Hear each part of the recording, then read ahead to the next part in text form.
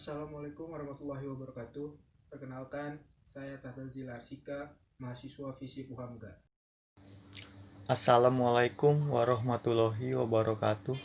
Nama saya Rangga Ivan Kariskiansyah, mahasiswa Visip UHAMKA, Prodi Ilmu Komunikasi. Assalamualaikum warahmatullahi wabarakatuh. Perkenalkan, saya Muhammad Mutin, mahasiswa Visip Uhamka. Assalamualaikum warahmatullahi wabarakatuh. Perkenalkan, saya Amin Tutus Fatih.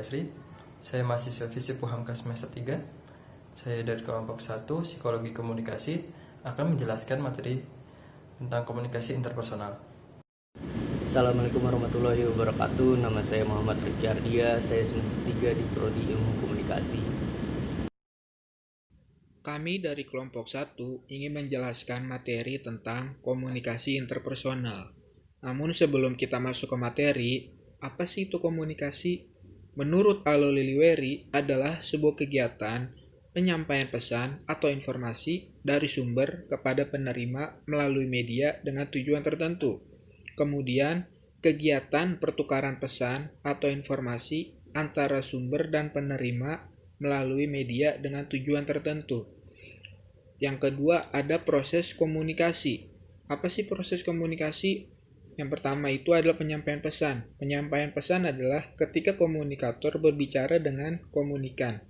Pasti, tentunya ada pesan yang ingin disampaikan dari komunikator kepada komunikan. Kemudian, adanya pertukaran pesan. Pertukaran pesan ini bisa terjadi apabila komunikan merespon apa yang diberikan oleh komunikator.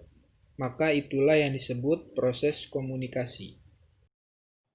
Kemudian, unsur-unsur komunikasi. Yang pertama, sumber atau komunikator adalah orang yang memprakarsai komunikasi. Komunikator dapat menyampaikan pesan dengan berbagai cara, misalnya melalui kata-kata, nada suara, hingga gerak tubuh dan ekspresi wajah. Selanjutnya adalah media. Media atau channel merupakan media yang digunakan sebagai penyalur pesan dalam sebuah proses komunikasi. Media komunikasi dibagi menjadi dua kategori, yaitu media komunikasi personal dan media komunikasi massa. Kemudian pesan. Pesan merupakan materi yang disampaikan oleh komunikator kepada komunikan. Pesan yang dapat disampaikan dengan berbagai cara, misalnya melalui kata-kata, nada suara, hingga ekspresi wajah. Selanjutnya adalah penerima atau disebut komunikan. Komunikan adalah orang yang menerima pesan atau berita yang disampaikan oleh komunikator. Komunikan dapat terdiri dari satu orang atau lebih dan bisa pula dalam bentuk kelompok. Yang selanjutnya adalah konteks. Konteks adalah situasi fisik, sosial, atau budaya. Psikologi saat komunikasi berlangsung antara komunikator dan komunikan. Dan unsur yang selanjutnya adalah efek. Efek adalah perbedaan yang dialami oleh komunikan sebelum dan sesudah menerima pesan. Apabila sikap dan tingkah laku komunikan berubah sesuai dengan isi pesan, maka komunikasi tersebut bisa dibilang berhasil. Poin yang terakhir adalah gangguan atau hambatan. Hambatan yang dirasakan ketika sumber dan penerima sedang berlangsung.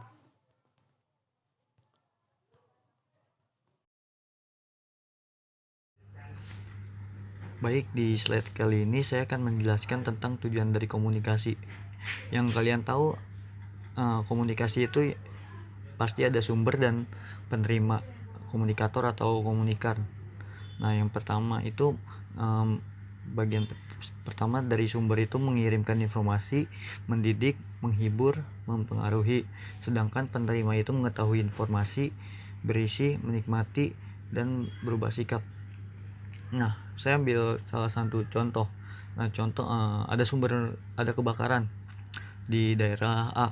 Nah, pasti si sumber ini ngasih tahu dong lewat media apa dulu, entah dari pengumuman sosial media atau mulut ke mulut dan sebagainya, dan menerima akan mengetahui informasi tersebut, dan si penerima juga akan mengambil sikap gitu, contohnya kurang lebih seperti itu. Lalu ada komunikasi interpersonal. Komunikasi interpersonal adalah komunikasi yang terjadi antara dua orang atau lebih, yang biasanya tidak diatur secara formal. Dianggap paling efektif untuk merubah sikap, pendapat, atau perilaku seseorang. Sifatnya dialog berupa percakapan. Lalu ada ciri-ciri komunikasi interpersonal. Yang pertama adalah terjadi secara spontan. Lalu yang kedua tidak memiliki struktur atau tidak teratur. Yang ketiga tidak memiliki tujuan yang direncanakan atau disengaja. Lalu memiliki akibat yang disengaja dan tidak disengaja. Yang terakhir dari ciri-ciri komunikasi interpersonal ada efek yang mungkin terjadi adalah perubahan sikap. Ada contoh kasus. Yang pertama, ketika Anda dan teman Anda mendiskusikan suatu materi kuliah yang sulit dimengerti, saling menyampaikan pendapat masing-masing tentang materi tersebut. Lalu contoh selanjutnya, ketika saya sedang memiliki suatu masalah, saya selalu berbicara atau mengobrol dengan orang tua saya untuk mencari solusinya. Mengobrol merupakan komunikasi interpersonal karena dilakukan antara satu orang dengan orang lain yang memungkinkan adanya feedback secara langsung. Berkomunikasi juga bisa dilakukan melalui dunia maya atau dengan menggunakan internet, seperti chatting melalui akun sosial media, Anda seperti melalui Gmail, Facebook, Skype, dan media sosial lainnya. Jadi seperti itu komunikasi interpersonal yang bisa kelompok kami sampaikan. Mohon maaf jika ada kesalahan dan semoga bisa membantu dan mengedukasi Anda yang menonton video ini. Bila ada yang ditanyakan bisa ditaruh di kolom komentar dan Anda juga bisa membagikan video ini. Terima kasih sudah menonton. Wassalamualaikum warahmatullahi wabarakatuh.